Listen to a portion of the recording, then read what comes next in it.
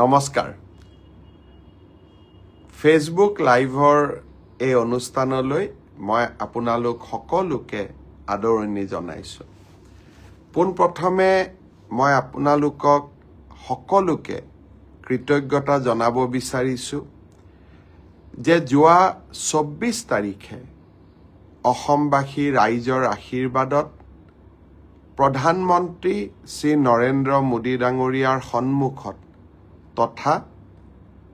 ৬২খনতকৈও অধিক ৰাষ্ট্ৰদূতসকলৰ সন্মুখত আমি অসমৰ ঝুমুৰ নৃত্যক বিশ্ব মঞ্চলৈ লৈ যাবলৈ সক্ষম হলো 24 তাৰিখৰ অনুষ্ঠান অসমীয়া জাতি গঠনৰ প্ৰক্ৰিয়াৰ এক গুৰুত্বপূৰ্ণ অংগ আছিল বিগত 200টা বছৰ জুৰি অসমৰ চাহ বাগিচাৰ লোকসকলে কপালৰ ঘাম মাটিত পেলাই চাহ উৎপাদন কৰি আহিছিল আৰু আমি অসমীয়া লোকসকল পৃথিৱীৰ যতেই নাযাওঁ কিয় অসমৰ চাহ উদ্যোগক লৈ আমি গৌৰৱ কৰোঁ আৰু অসমৰ চাহ আমাৰ বৃহত্তৰ অসমীয়া সমাজৰ পৰিচয় হৈ পৰিছিল কিন্তু যিসকলে আমাৰ বাবে এই গৌৰৱ কঢ়িয়াই আনে যিসকলে অসমৰ চাহ কপালৰ ঘাম মাটিত পেলাই উৎপাদন কৰে এক প্ৰকাৰ ক'ব গ'লে যোৱা 200টা বছৰে আমি তেওঁলোকক প্ৰকৃত সন্মান জনাব পৰা নাছিলো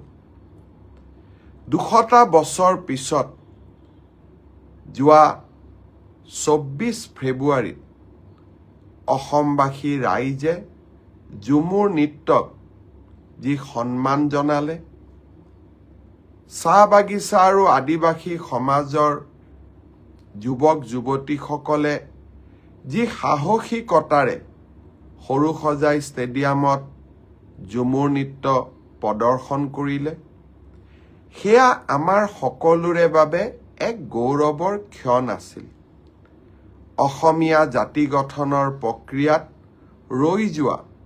কোনোবা এটা অধ্যায়ক আমি যেন আকৌ এবাৰ আমাৰ সমাজ জীৱনত সমাহিত কৰি ল'ব পাৰিলো মই পুনৰ এবাৰ ৮০০৮ অসমৰ চাহ বাগিচা আৰু আদিবাসী সমাজৰ যুৱক যুৱতীক অন্তৰৰ হিয়া ভৰা কৃতজ্ঞতা জনাইছো তেখেতসকলৰ পিতৃ মাতৃক সন্মান জনাইছো আৰু বৃহত্তৰ চাহ বাগিচা আৰু আদিবাসী সমাজখনলৈ মই মোৰ বিনম্ৰ শ্ৰদ্ধা আকৌ এবাৰ নিবেদন কৰিছো 25 আৰু 26 তাৰিখে অসমত এডভান্টেজ অসম 2.0 আমি অত্যন্ত কৃতকাৰ্যতাৰে সম্পন্ন কৰিবলৈ সক্ষম হলো প্ৰধানমন্ত্ৰী নৰেন্দ্ৰ মোদী ডাঙৰীয়াই আগবঢ়োৱা বলিষ্ঠ ভাষণে আমাৰ সকলোৰে হৃদয় স্পৰ্শ কৰিলে ভাৰতৰ প্ৰধানমন্ত্ৰীৰ আসনখন শুৱনি কৰিও অসমৰ দৰে এখন ৰাজ্যত বিনিয়োগকাৰীসকলক বিনিয়োগ কৰিবলৈ তেখেতে যি মুক্ত কণ্ঠে আহ্বান জনালে কৰবাত এখন নতুন অসমৰ প্ৰতিচ্ছবি আমাৰ বাবে থৈ গ'ল এখন বলিষ্ঠ অসম সাহসিক অসম ঔদ্যোগিক বাতাবৰণেৰে পৰিপূৰ্ণ অসম এখন নতুন অসমৰ প্ৰতিচ্ছবি নৰেন্দ্ৰ মোদী ডাঙৰীয়াই আমাৰ বাবে থৈ গ'ল ভাৰতৰ বৈদেশিক পৰিক্ৰমা মন্ত্ৰী ডক্টৰ জয়শংকৰ ডাঙৰীয়াই ৬২খন ৰাষ্ট্ৰৰ ৰাষ্ট্ৰদূতক এডভান্টেজ অসমৰ সন্মিলনলৈ লৈ আহি আমাৰ প্ৰচেষ্টাক বিশ্ব দৰবাৰলৈ লৈ গ'ল কেন্দ্ৰীয় মন্ত্ৰী নীতিন গাডকাৰী জ্যোতিৰাদিত্য সিন্ধিয়া হৰদীপ সিং পুৰী পীযুষ গোয়েল সৰ্বানন্দ সোণোৱাল সকলোৱে নিজৰ নিজৰ বক্তব্যত অসমৰ বাবে মেটমৰা সপোন আৰু সম্ভাৰ থৈ গ'ল। ভাৰতৰ উদ্যোগপতিসকলে মুক্ত কণ্ঠে তেওঁলোকৰ নতুন নতুন বিনিয়োগৰ বাবে অসমৰ ৰাইজক এক বিশাল প্ৰতিশ্ৰুতি দি থৈ গ'ল। প্ৰায় 5,23,000তকৈও অধিক টকা অসমৰ ইনফ্ৰাষ্ট্ৰাকচাৰ আৰু ঔদ্যোগিকৰণৰ বাবে বিনিয়োগৰ প্ৰতিশ্ৰুতি অহা 5টা বছৰৰ বাবে তেওঁলোকে থৈ গ'ল। এতিয়া সময় তেখেতসকলৰ লগত ব্যক্তিগতভাৱে আলোচনা কৰা আৰু লাহে লাহে 5 বছৰৰ পৰিৱৰ্তে কৰবাত 3-4 বছৰৰ ভিতৰতে এই সপোনবিলাক বাস্তৱত ৰূপায়িত কৰা। প্ৰতিটো পল প্ৰতিটো ক্ষণ আমি কাম কৰি যাম। এখন নতুন অসম নিৰ্মাণৰ বাবে এই সমগ্ৰ প্ৰতিশ্ৰুতিসমূহক বাস্তৱত ৰূপায়িত কৰাৰ বাবে আমি কাম কৰিম। চৰকাৰী চাকৰিয়ে অসমৰ নিবনুৱা সমস্যা সমাধান কৰিব নোৱাৰে। প্ৰতি বছৰে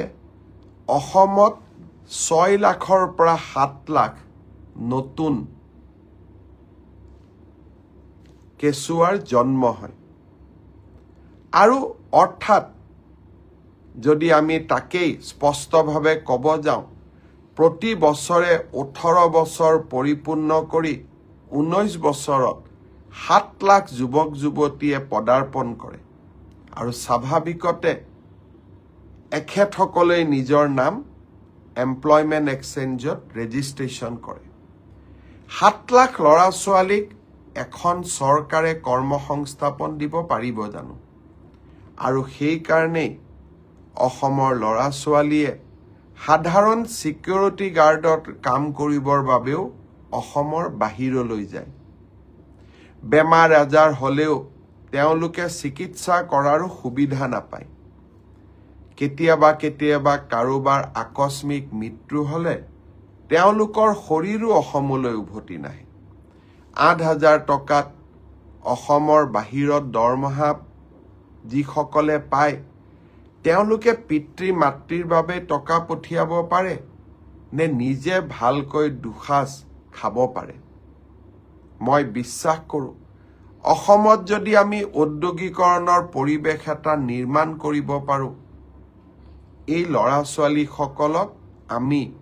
অসমলৈ উভতাই আনিব পাৰিম। কোনোবা উভতি নাহিলেও আৰু যাতে সন্তান সাধাৰণ চাকৰি কৰিবৰ বাবে বাহিৰত যাব নালাগে তাৰ আমি ব্যৱস্থা কৰিব পাৰিম। অসমৰ উদ্যোগীকৰণ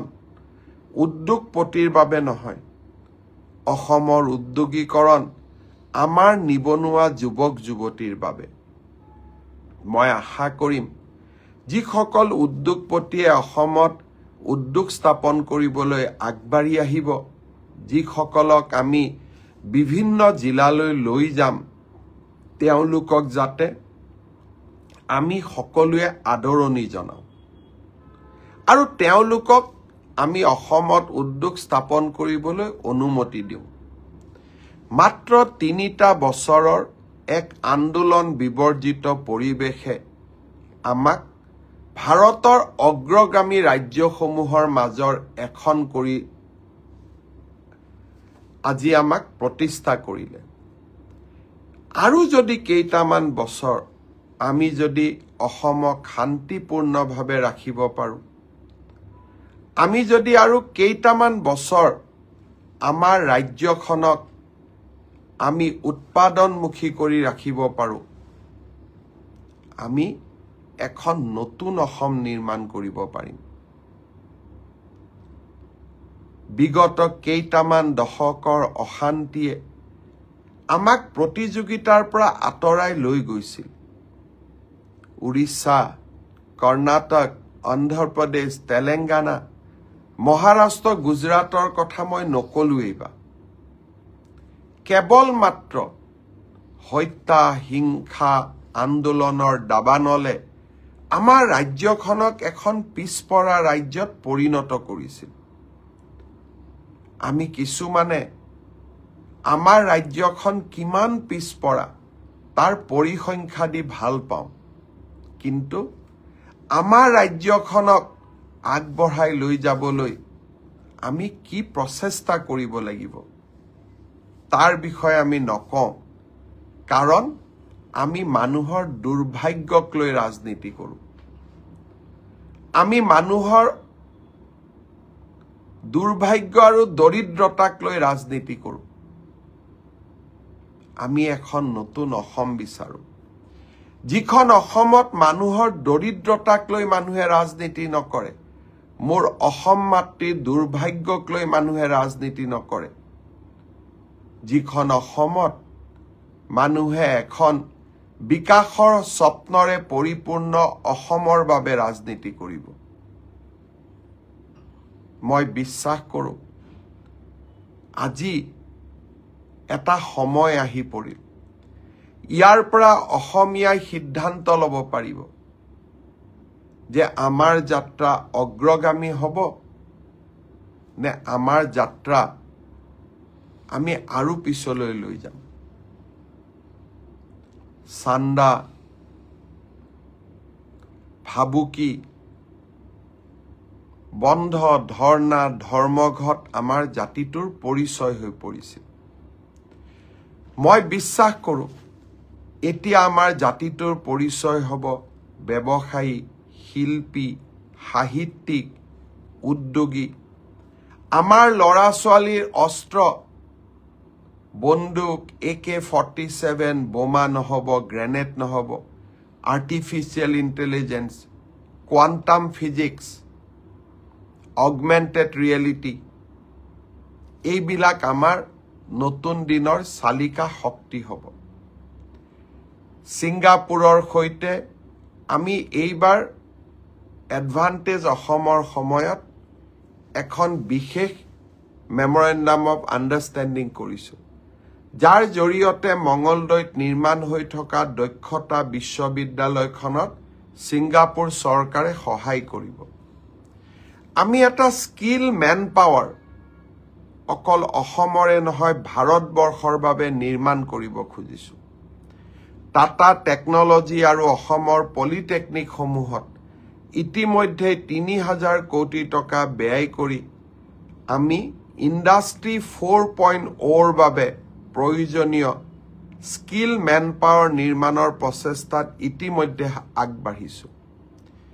নেলকো নামৰ কোম্পানী এটাৰ সৈতে এইবাৰ আমি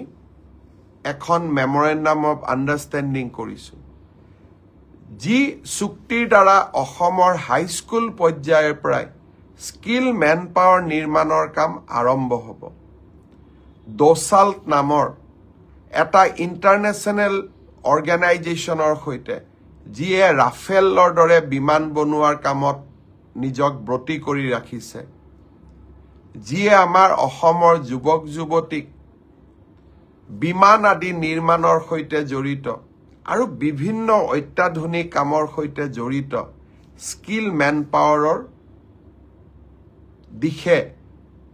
আগবাঢ়িবলৈ সাহস আৰু শক্তি দিব সৰ্বানন্দ সোণোৱাল ডাঙৰীয়াই ডিব্ৰুগড়ত